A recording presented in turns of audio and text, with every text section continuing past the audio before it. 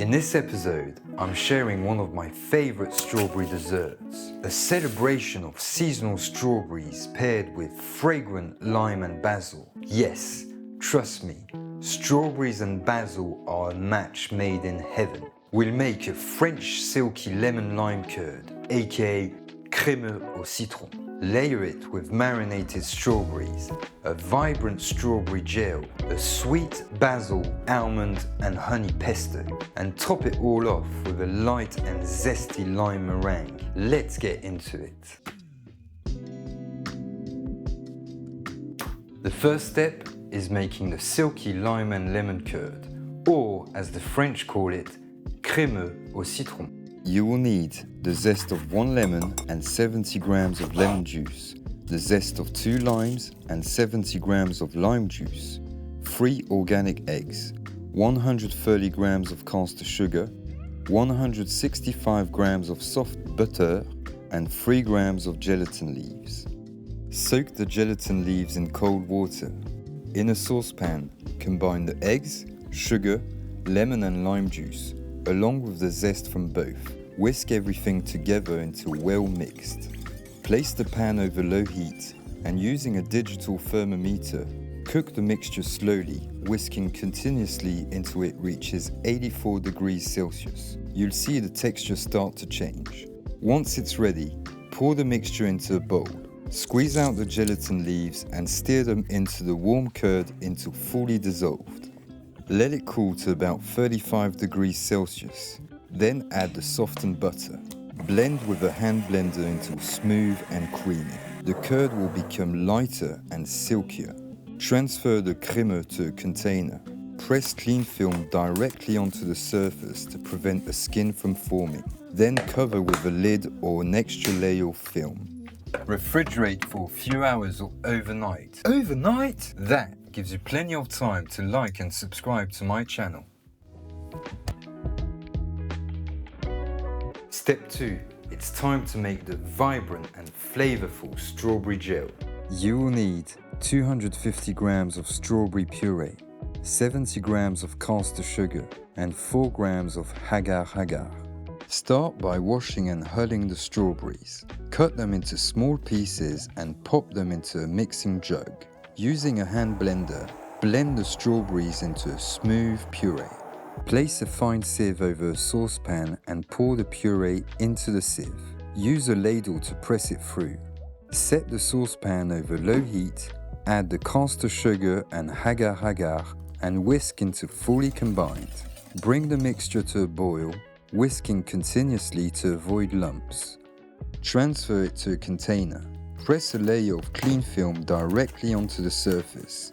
Then cover it with a lid or an additional layer of film. Refrigerate for about an hour or until it sets into a firm jelly.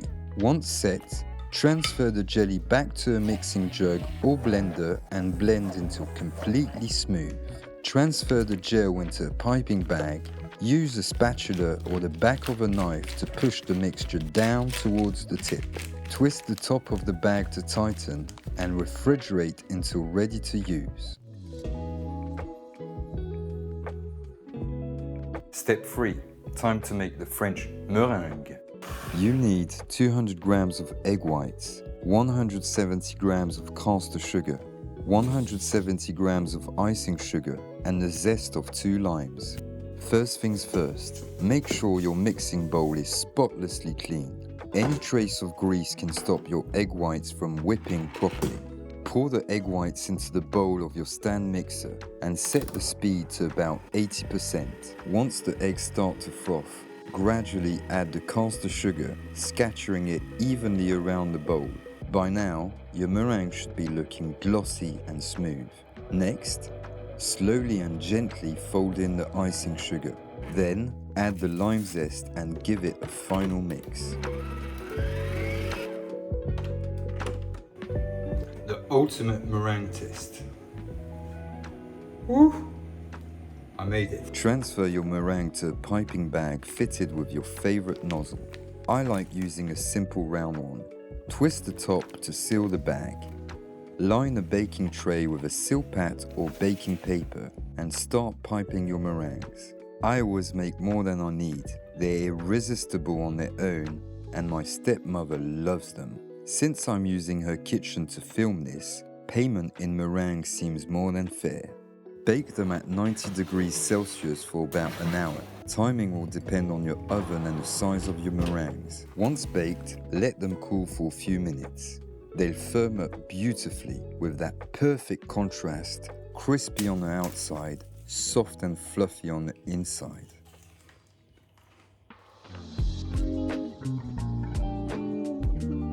Step 4. Let's make the sweet pesto. You'll need 70 grams of fresh basil leaves, 10 grams of ground almonds, 1 tablespoon of good quality honey, 40 grams of good olive oil, and the juice of half a lime. Start by picking the basil leaves and placing them into a mixing jug or blender.